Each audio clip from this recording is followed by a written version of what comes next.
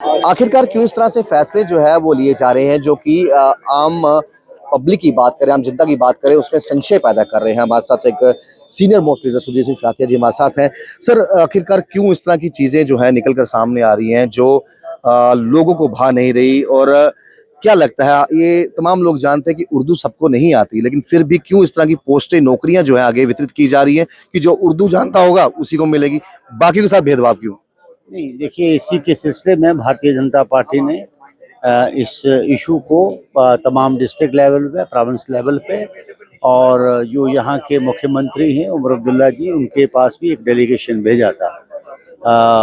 और उन्होंने इस बात को उठाया था कि ये जो 5 लैंग्वेज हैं, इन लैंग्वेज के मुताबिक ही आप एग्ज़ाम जो है वो कंडक्ट करवाएं, तो उर्दू जो है वो कंपल्सरी ना रखा जाए। तो पता नहीं क्यों इसकी टकराव की नीति में इन्होंने अभी तक फैसला नहीं किया है।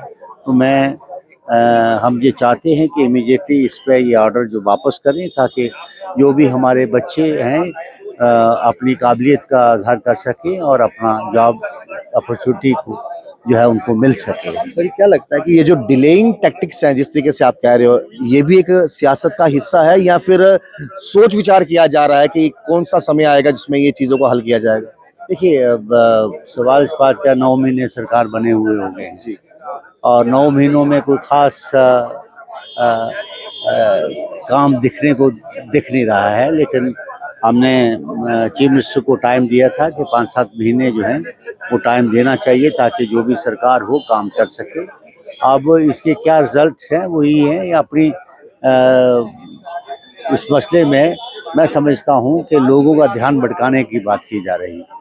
और हम इस चीज़ के लिए बच्चों की आवाज़ इसलिए उठा रहे हैं क्योंकि यहाँ पे हमारे बच्चे जो हैं वो उर्दू नहीं है और ना ही क्लासेस में उर्दू पढ़ाया जाता है। तो इसलिए अगर आज उनकी डिमांड जो है, तो चीफ मिनिस्टर साहब को भी, क्योंकि वो रेवेन्यू मिनिस्टर भी इंचार्ज वही हैं, उनको चाहिए एक ऑर्डर निकाल के, ताकि रियासत के इन बच्चों को भी मौका मिले, जम्मू कश्मीर के बच्चों को। जी। आप बेहतर तरीके से उमर साहब को भी जानते हैं, फारूक साहब को भी जानते हैं, एक लंबा तजुर्बा आपको सियासत का है, आप अपने आप में एक इंस्टीट्यूशन है। लेकिन क्या लगता है कि जिस तरह से आपने अभी ज़िक्र किया और आम पब्लिक भी कह रही है कि बहुत दिन से कुछ हलचल नहीं हुई थी, कहीं न कहीं वो सियासती गलियारों में वो हलचल ज़रूरी थी। क्या यही मानकर चलें कि हाँ भाई, वो एक सियासती गलियारों में बातें चलती रहें, ऐसा हुआ, वैसा हुआ, चर्चाओं में बने रहें, या फिर लगता है जल्द इसका हल जो है वो निकल कर सामने आए? देखिए, हम हमेशा अपोजिशन जो है का काम है, अपोजिशन का काम है अपोजिशन करना, लेकिन कंस्ट्रक्टिव अपोजिशन करना। राइट। हम कभी भी क्रिटिसिज्म उस पर बिलीव नहीं करते हैं।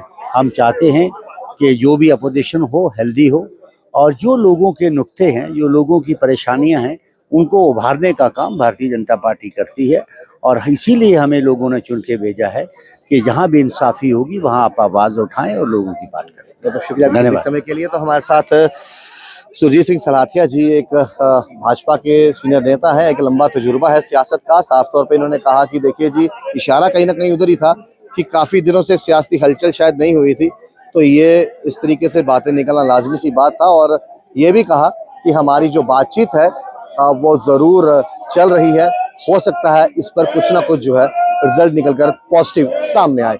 आप लोग देखते हैं रिफॉर्मर जम्मू। विक्रांत के साथ राहुल खत्री, नमस्कार।